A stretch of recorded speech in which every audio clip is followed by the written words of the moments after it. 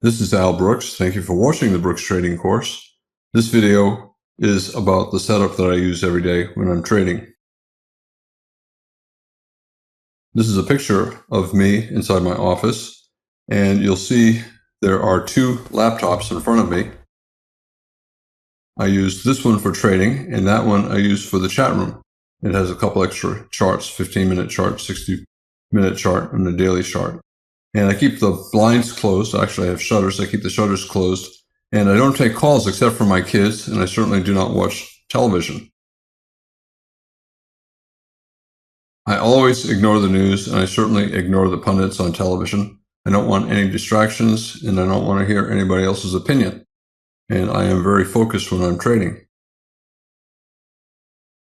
My goal is to take money from your account, from everybody's account, and put it into my account. And your job is to take money from mine. That's the game that we are both playing.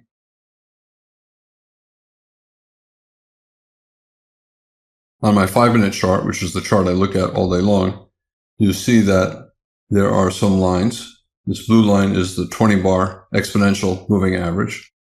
And then I have another blue line down here that is dotted, and that is the 60-minute 20-bar exponential moving average plotted on the 5-minute chart. I wrote a trade station indicator, which I will show you in a couple minutes, that plots the 60-minute moving average, the 60-minute 20-bar moving average on the 5-minute chart, and it's very accurate. And then this other line, I don't pay as much attention to it, is the 20-bar exponential moving average on the 15-minute chart, again plotted on this 5-minute chart. Now look at this. Here's my chart. And this might be your chart. And you say, wait a minute, Al, all my bars are above the moving average, and a lot of your bars are below the moving average. What's going on? And one of the things could be that you're using a 24-hour chart, a Globex chart, but I only use the day session chart. So my moving average is calculated on bars that do not include the Globex session.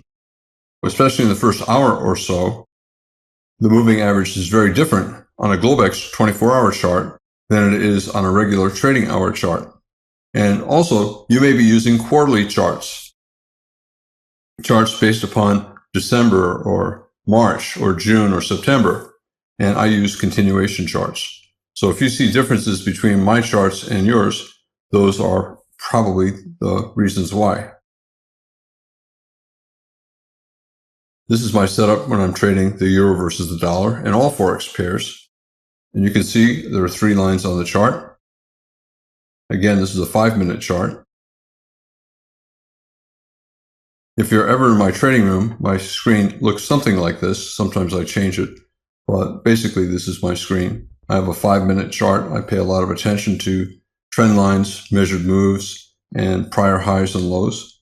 And you can see the 3 moving averages, the 5-minute 20-bar exponential moving average, and then the moving average on the 15-minute chart. And then this blue dotted line is the 20-minute moving average on the 60-minute chart. I have a 60-minute chart here, a 15-minute chart here, and then a daily chart of the E-mini here, and then weekly and monthly. The screen that I now have, I don't show the weekly and monthly charts because the screen is too crowded.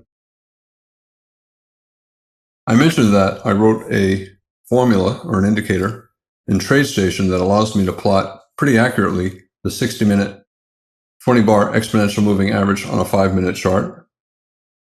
You cannot simply copy this and paste it into TradeStation because of hidden formatting codes, so you have to type it out every little character one at a time.